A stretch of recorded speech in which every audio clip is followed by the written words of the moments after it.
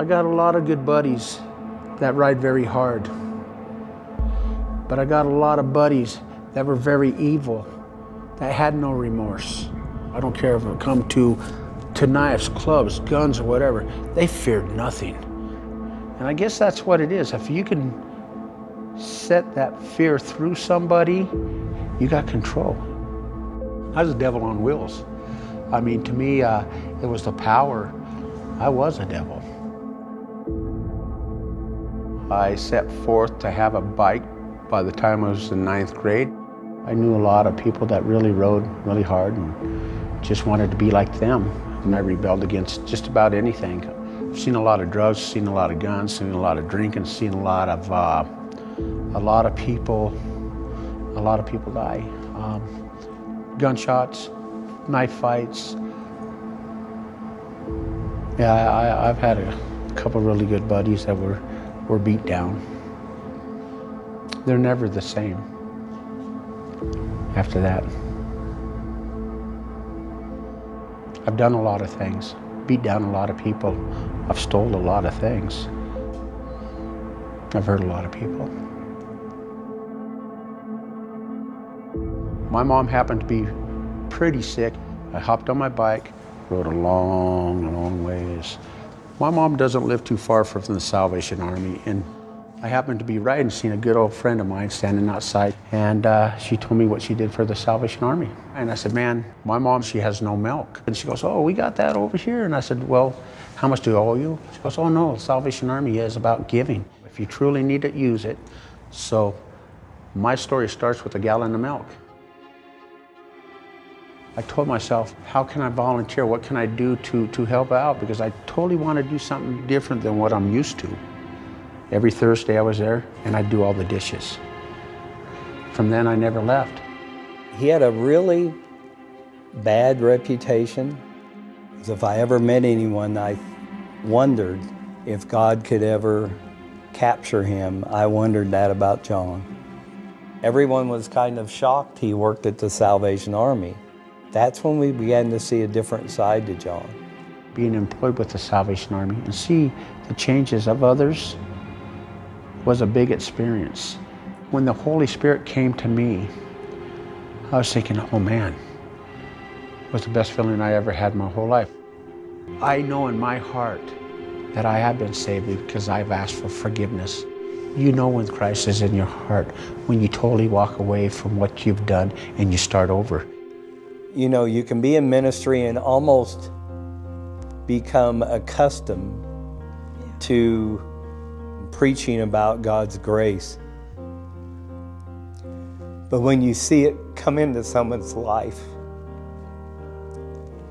and just overtake them, it reminds you why you get up here every day and do Bible studies and preach and teach. Because there really is life-changing power in the grace of God. And man, we've seen it in John. He just wants to be more involved, and he helps train these kids and feeds them. You just can't imagine where these kids are growing up. Some of them have told us that they haven't eaten in a couple of days, and when they get here, they're absolutely starving.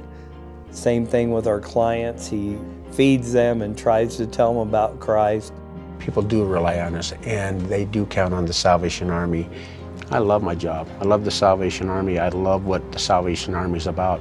What John's really shown people is there's never a moment in your life when you're beyond the reach of God's grace.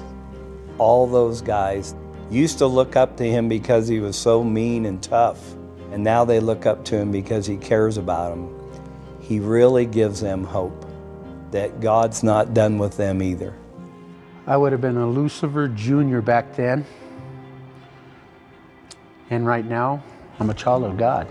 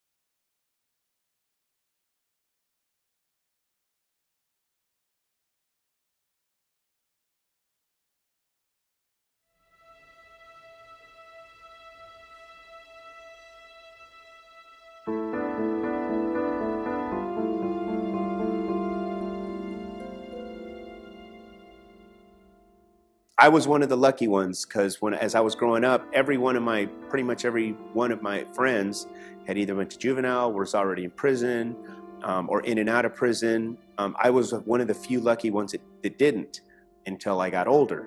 First, I started using drugs recreationally and hanging out with the wrong crowd. Everything that I did, everything that had to do was just with me getting high at any cost, even at my freedom. And before I knew it, I was picking up, one felony after another.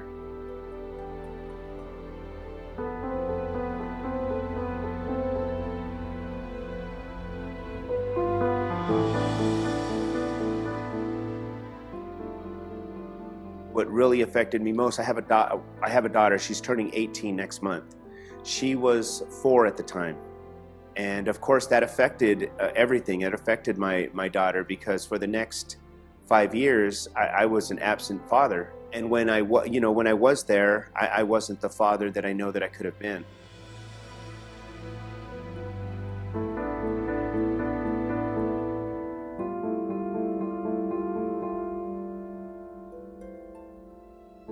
I remember exactly, it was in 2005, sitting in a jail cell, bored out of my mind, nothing to do, and the only thing that was in there was a Bible. Never touched or picked up a Bible before in my life. Picked it up, I started to read it. There was a couple, I don't even remember their name, but I could see their faces clearly. A very elderly couple, probably in their 80s, along with 2 of their friends, would come every week and hold a Bible study for us. Bunch of convicts, bunch of inmates in there, a bunch of people that are on drugs, violent crimes, you name it, we were all in there. And they would hug us all and tell us that they loved us. And I used to go back to my cell and I used to think, like, what makes these people want to come here to a jail and show and tell us they love us and talk to us about God? I just didn't understand it. I knew they were getting paid for it. They were just wanting to do that. And as I read the Bible more, I realized it was God in their heart. I remember being in my cell as I was reading my Bible, and I said, I want what they have.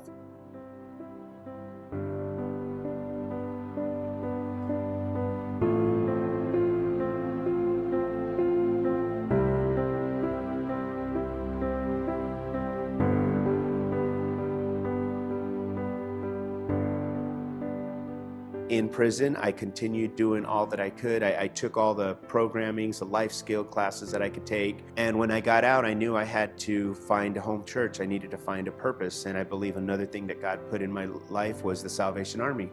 I remember going it was 2 years ago, going for the first time to services. And I really enjoyed the service. I enjoyed everything about it. So I went home because I was still shocked that the Salvation Army was a church. So I Googled them, looked up their webpage, and I was amazed. All the things, the different types of ministry they're involved in. I realized they also have prison ministries. And at that point, I knew that prison ministry was something that I've always wanted to be involved in, because those 2 people that touched me that day, I wanted to try to allow God to use me to do that one day.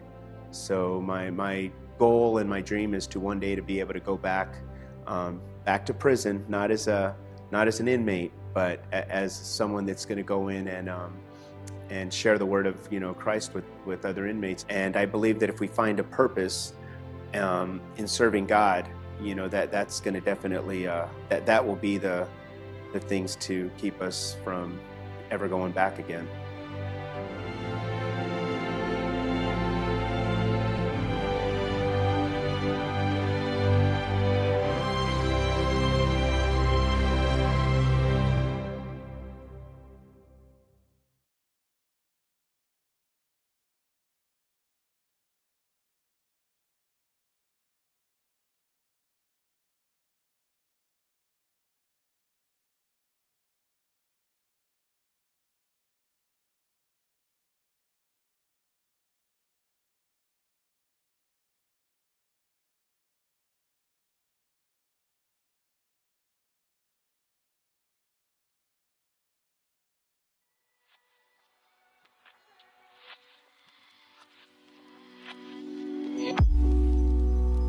Life was everything I wanted.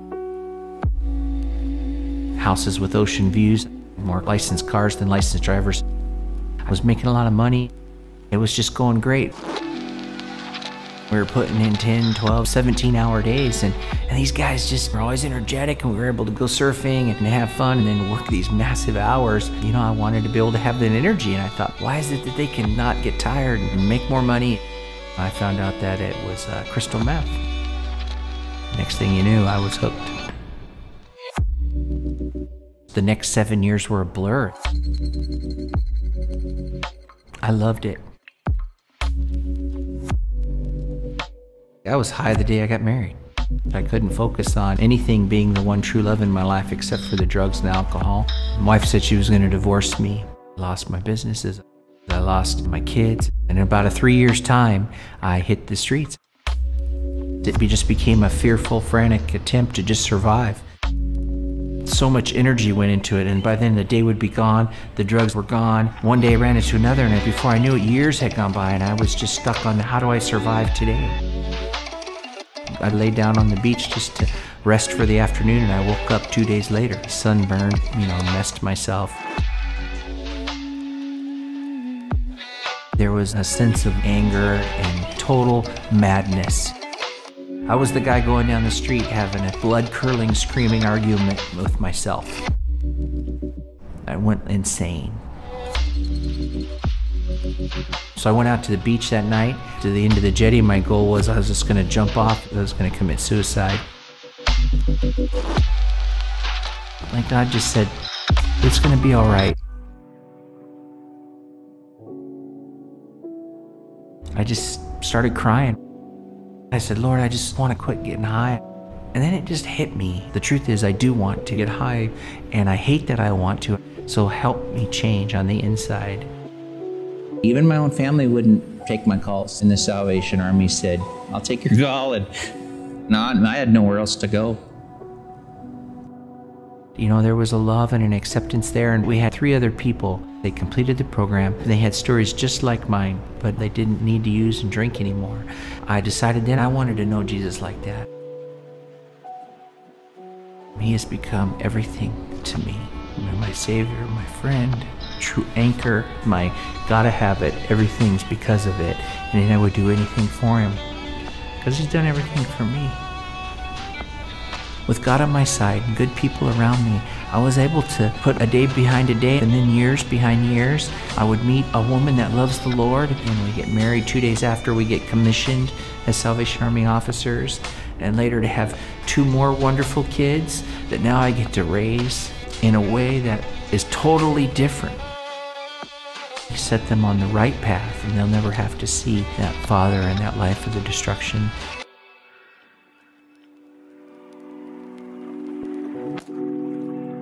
Sadly, my first kids have followed in my footsteps. I got the letter saying that my daughter landed in California State Penitentiary, and she says that she wants to know God like I know God. Was everything I've been fighting for from the beginning, is that she would come to this point, that when she was ready for help, that there would be a dad there to help her out. I just got on my knees and I thanked him. I said, thank you, Lord. You prove faithful once again. Become real to her like you become real to me.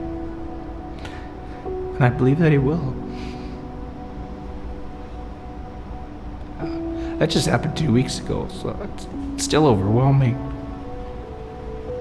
I've worked a hard time, long time. I didn't know, and I thought I'd be doing her funeral.